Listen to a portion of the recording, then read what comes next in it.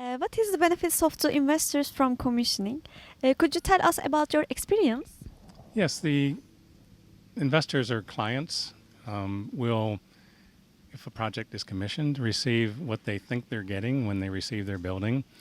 Their expectations will ideally be met. That's not always the case if a project is not commissioned. They'll also, in many cases, receive return on investment for the money put into the commissioning process. As we heard some of the panelists talk about earlier in the workshop this morning, the return on investment in some cases has been 1.5% to 3%. There's also a risk management situation that can be averted through commissioning. So I think it's definitely a winning situation for an investor, for an owner to do the commissioning process. And second one, what are your suggestions to increase commissioning awareness? And what should NGOs do about this awareness? I think in terms of awareness, there's a number of different stakeholder groups that we're trying to increase awareness of or through. So for owners, I think case studies of successful commissioning projects in journals and workshops and annual meetings for the owners would be useful. They're not likely to actually be at engineering society meetings, so they won't necessarily hear the message that way.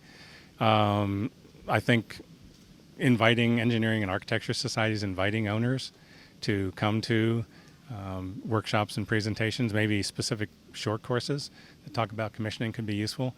It's your term is actually absolutely correct. It's awareness, and anything that will help to get people more aware allows them to then make a decision. Does this make sense for me or not?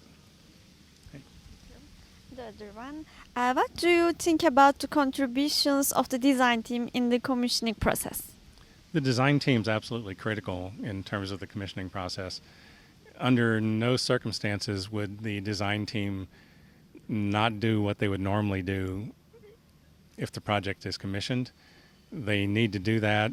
Their role typically on most projects that are commissioned is to respond to issues that have developed and been identified by the commissioning team, consider those issues, decide whether they're actually a concern or not, and where necessary take corrective design action. So they're an integral participant in the commissioning process. Quite often they'll also do some training of building occupants on systems such as daylighting systems. And what do you think about the sorry, I asked that.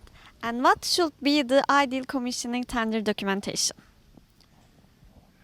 I hate to sound like I'm trying to sell something here, but I think the documentation spelled out in ASHRAE Guideline 0 or Standard 202 is what I would recommend. And it's fairly extensive, so it's hard for me to actually list all the documents now.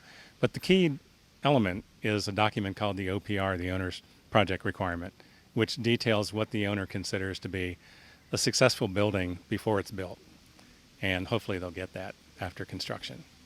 Thanks so much. Thank you.